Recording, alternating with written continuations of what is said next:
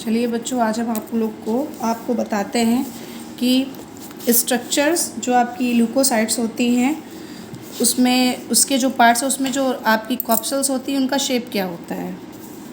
तो जैसे WBC में आपकी न्यूट्रोफिल्स,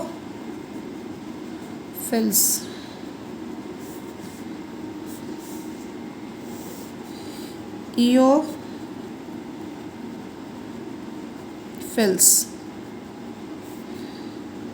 बेसोफिल्स।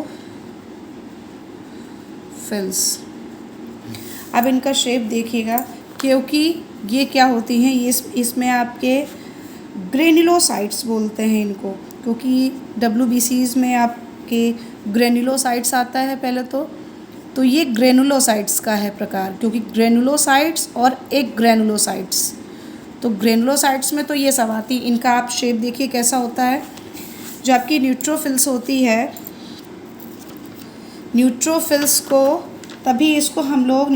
हम लोग क्या कहते थे, पॉलीमॉर्फो न्यूक्लियर। न्यूट्रोफिल्स को क्या कहा जाता है, पॉलीमॉर्फो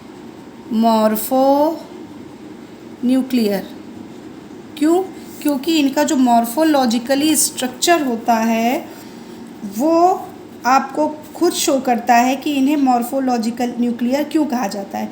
क्योंकि इसमें जो इसमें क्या होता है, छोटे छोटे पिंड की तरीके, जो आपका न्यूक्लियस होता है वो छोटे छोटे पिंडों की तरीके दिखता है।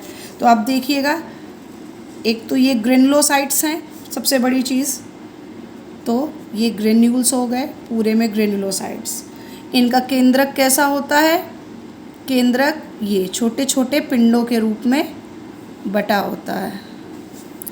तो ये आपकी हो गई न्यूट्रोफिल्स। शेप खुद देख लीजिए, ये न्यूट्रोफिल्स है। अब आपकी हो गई इओसिनोफिल्स। इओसिनोफिल्स क्या है, इओसिनोफिल्स भी आपकी ग्रेनुलोसाइट्स है, तो इसमें ग्रेन्यूल्स तो होंगे।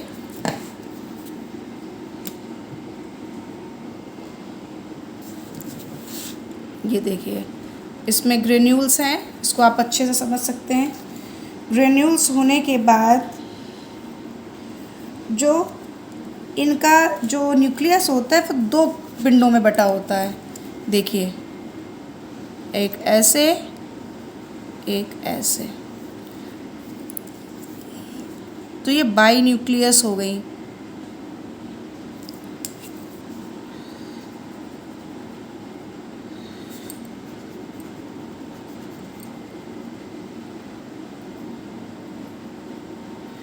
अब देखिए, अब इसके बाद बेसोफिल्स हो गई।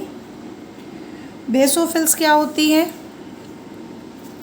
ये भी 2-3 पिंडों में बटी होती हैं, एग्जैक्टली 2-3 पिंडों में।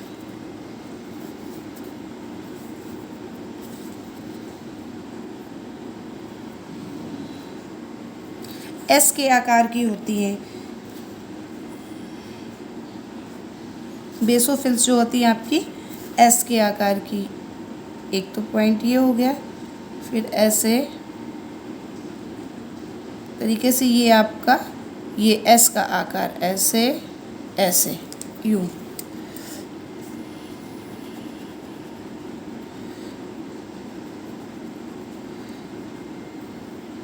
ये स्ट्रक्चर यूं बना,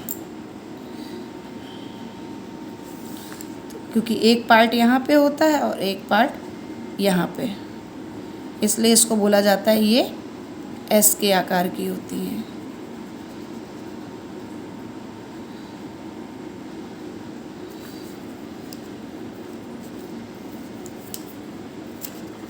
ये तो आपने देखा कि आपकी न्यूट्रोफिल्स, इओसिनोफिल्स और बेसोफिल्स, और ये बेसोफिल्स भी आपकी ग्रेनुलोसाइट्स है तो ग्रेन्यूल्स तो होंगे। अब बारी आई एक ग्रेनुलोसाइट्स की। ग्रेनुलोसाइट्स, अब इसमें देखिएगा, इसमें ग्रेन्यूल्स नहीं होंगे और इनका केंद्रक बड़ा होता है। देखिएगा इसमें कितना बड़ा केंद्रक होता है। ये देखिए पूरी जो आपकी सेलुलर इसकी जो वॉल होता है सेलुलर वॉल ये पूरी तरीके से ढके हुए होता है।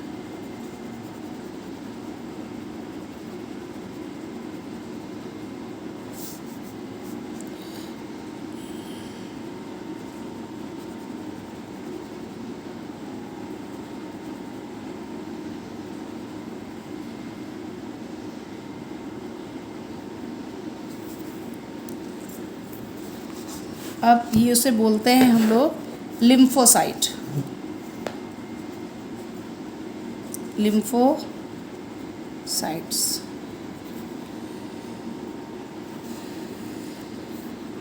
अब मोनोसाइट्स देखिए,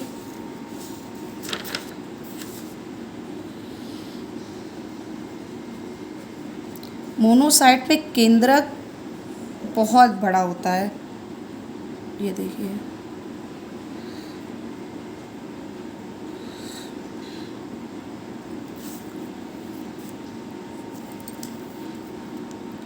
और इनमें ग्रेन्यूल्स नहीं है क्योंकि ये एक ग्रेनुलोसाइट्स है।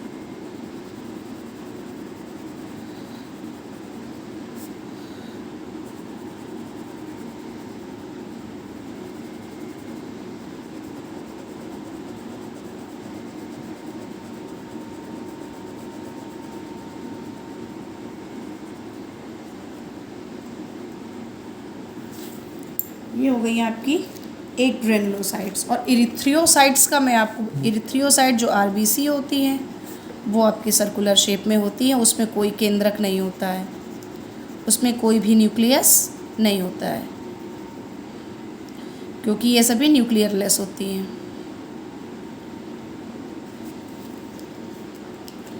तो मैंने आपको समझाया है इस तरीके से, और आप इनकी संख्या लिख लीजिए। इनकी संख्या को खासकर आप ध्यान रखिएगा कि इनकी संख्या कितनी होती है। जो आपकी इओसिनोफिल्स है इनकी संख्या होती है 70 से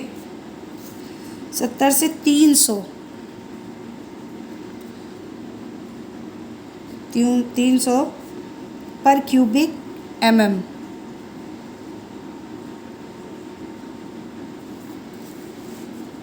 और इसी तरीके से आपकी जो न्यूट्रोफिल्स होती हैं वो होती हैं 4000 से 5000 पर क्यूबिक mm।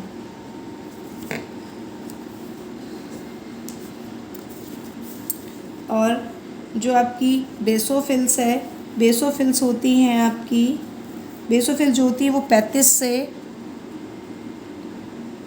150 या 150 पर क्यूबिक mm। अब आपकी जो लिम्फोसाइट, आप नीचे आइए, जो एक ग्रेनुलोसाइट्स है उसमें जो लिम्फोसाइट्स है वो आपकी कितनी होनी चाहिए, वो लगभग होती है 1.5 से 2500 पर क्यूबिक mm। और जो आपकी मोनोसाइट्स है वो कितनी होती है, मोनोसाइट्स आपकी होती है,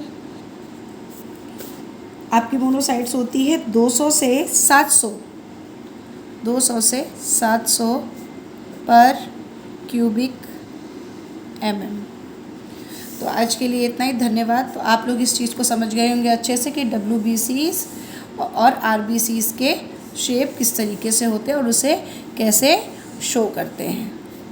धन्यवाद।